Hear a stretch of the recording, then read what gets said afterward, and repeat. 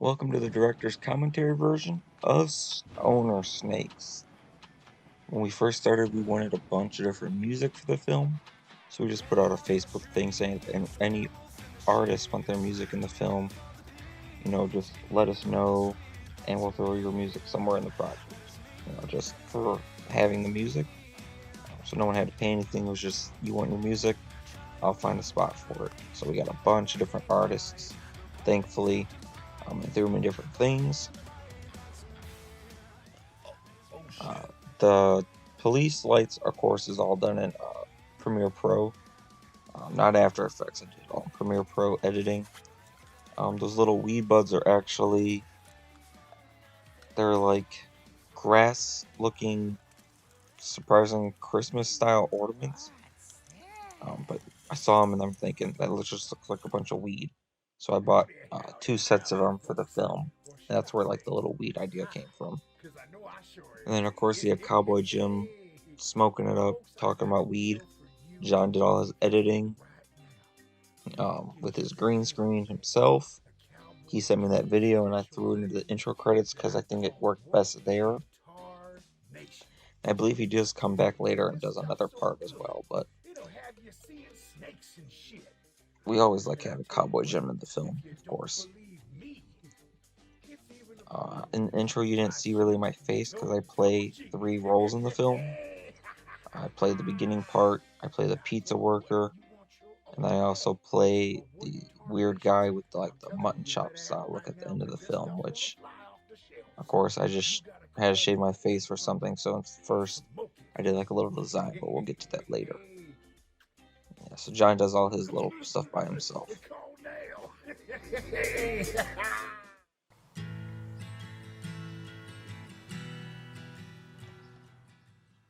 It's just the front of my house.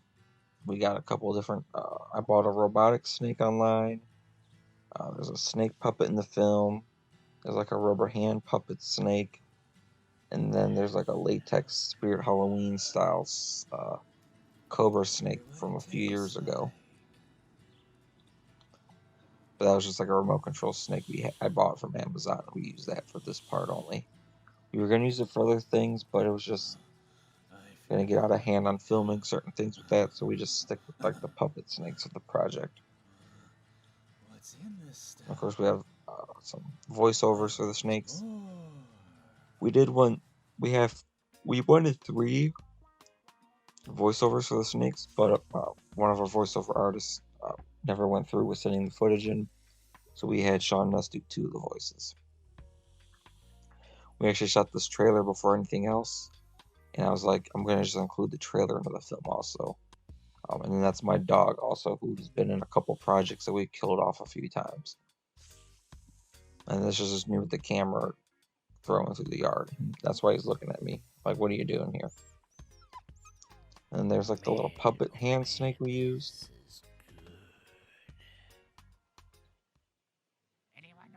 Then this is talking about finding some more weed. It was really, in a sense, short notice here and there about filming the things. So it was like we shot one part with zombies, and that was for like a different project. But we'll get into that one because that's later on. But the first thing is that Tattoo Therapy Inc. We were going there to shoot something else. Hey buddy, how is my little pet snake doing? Alright, time for some weed. Dude, where's my weed? Did you smoke it? And then we had people who wanted to be in the film of remote roles to send in their footage, which was always great to have too. So we were able to include a couple people who sent their footage in. As long as you had a snake at least.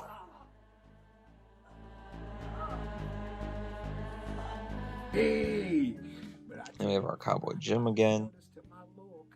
And a big part of it is just when the snakes are smoking weed at the tattoo shop. That's when we're just seeing other people doing things with like their remote footage. And of course, the little special goofy photo at the tattoo shop for the stoner scene was when Riley and his two sons were around. We had the kids holding like the hookah, like they were fake smoking out of it too. Just for like a behind the scene funny photo, which is always fun to have. And then them in the film was included last second, also for the project where they're like just chasing him around the tattoo shop we just did for fun. But I just thought to include it in the project just because. And there's John's little snake he had for the film. I believe he said he got it from Goodwill. Holy shit, did you see that?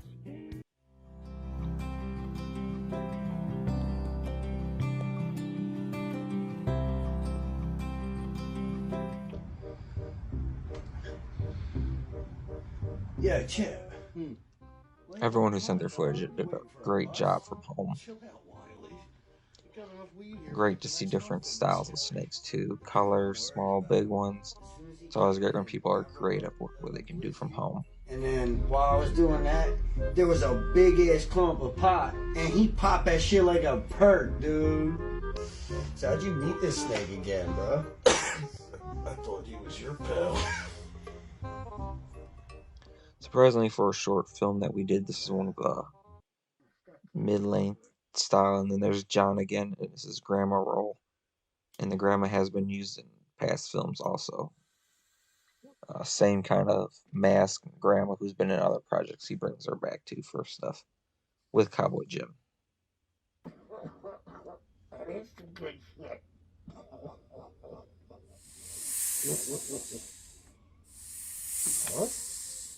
Puff, puff, pass, you bitch.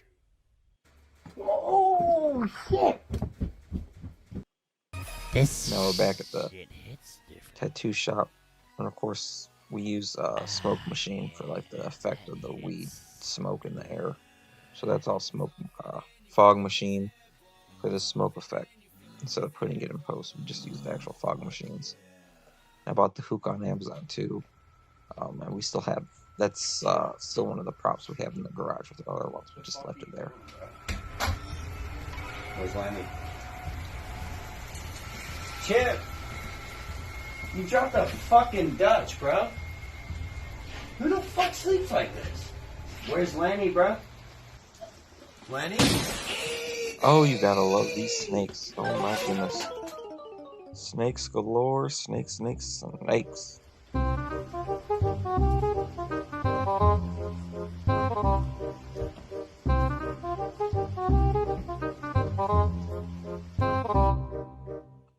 wonder who owns this joint.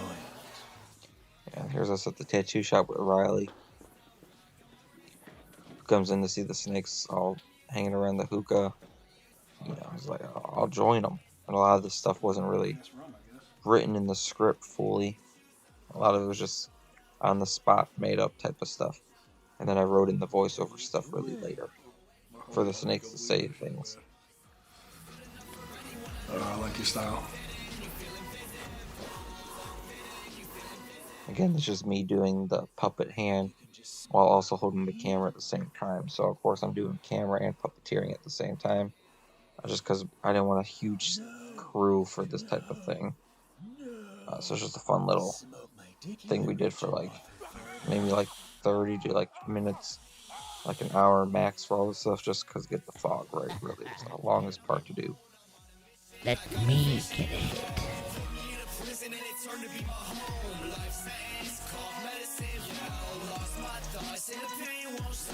I've got the munchies bad. Yeah, all the puppet snakes, I did them all for the majority of the film was all me doing the puppeteering. So this is the part where even the tripod was in the scene because it was supposed to be just a little fun gag for Riley and me. But that's why we just threw it in the film for real. I hope Lenny gets those kids, but I need something good to eat. And this will we're calling a bit of we had angel food cake, and I'm thinking it was going bad, so we said we'll just make it like little munchies the snakes are getting. You know, they're doing all the wheeze, and now they got the little munchies chewing on stuff and eating food. Now some a box of different like snacks we took to other film sets with cast and crew for snacks for them to eat. And yep, that's our landline. home phone. Still have it, still working. That was probably one of the hardest things puppeteering wise to get done with the camera holding it by their hand.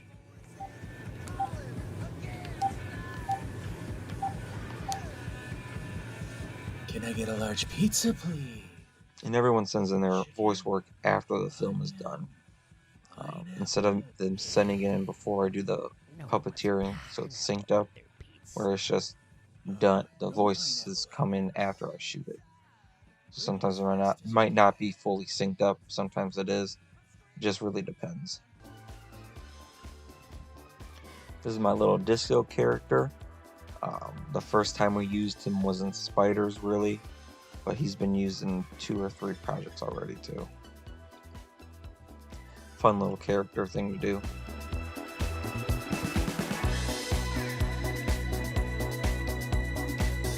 Sadly, those glasses broke too, so like only one of the pizzas are still standing.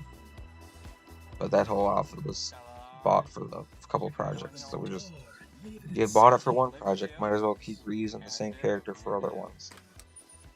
And then my mom threw the snake at me. I'm just reacting like an idiot for it. And that was an actual pizza we ordered for us to eat one day. And I just decided to use like my slice or 2 while the snakes were eating it. Because, you know, they got them munchies. Chicken and onion, gotta love it. Okay, now this scene for the zombie part in this, my buddy Andrew was doing Scavengers, which is his zombie project, and I decided to also shoot 3 things the same day he was shooting this because he had the zombies. So the actors who were zombies were in this film, Andrew's film, the Gold Teapot, which was part of Tales of Sugar the Bone, and we also shot stuff for Killer Poop 3 the same time. So their one-day shoot, they're in like 4 to 5 projects for one day. It's just like an abandoned like farmhouse property, but I mainly stuck to the house for the scene. And again, the zombie footage, a lot of it's where you see the snakes looking at the zombies. All I did was switch it for like Poop Monster type of thing, so then everyone can get IMDb credits for multiple projects. It's supposed to be like a bad trip idea, which was like the best way to us include this part. That's why it like fades to white and fades out from white. And they just had like a nightmare from it. So it was just a fun little gag thing to get everyone who was on set and get them another film credit. And again, the scene for all that took probably like less than 30 minutes to shoot all that. Hey Milo, do you think you can open this? And this is back to my house with like the weed smell coming from the basement. Okay, I'm gonna go see what I can do. And again, my third character, which is like the ugly facial hair mutton chop style look. And it's just, oh my lord. And then when the snake goes into the that's all, that footage just reverse. So we just pulled the snake out and then just reverse the footage so it looks like he's going in.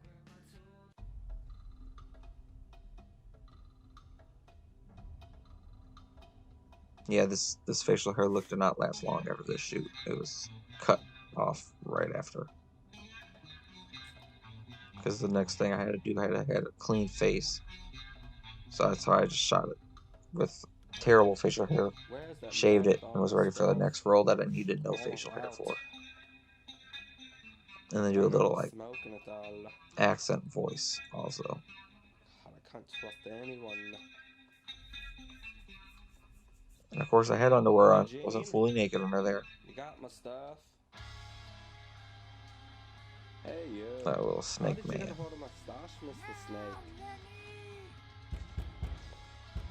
Little snake man with his weed. What is in the vents? What's over making the noise? Oh my lord. What is in there? Oh, it's a bloody snake. Oh, he's a wrestling me, alright. Oh, bloody hell, that looks like a nasty bite. I mean, none of it had a script. It was all made up on the spot right there and then.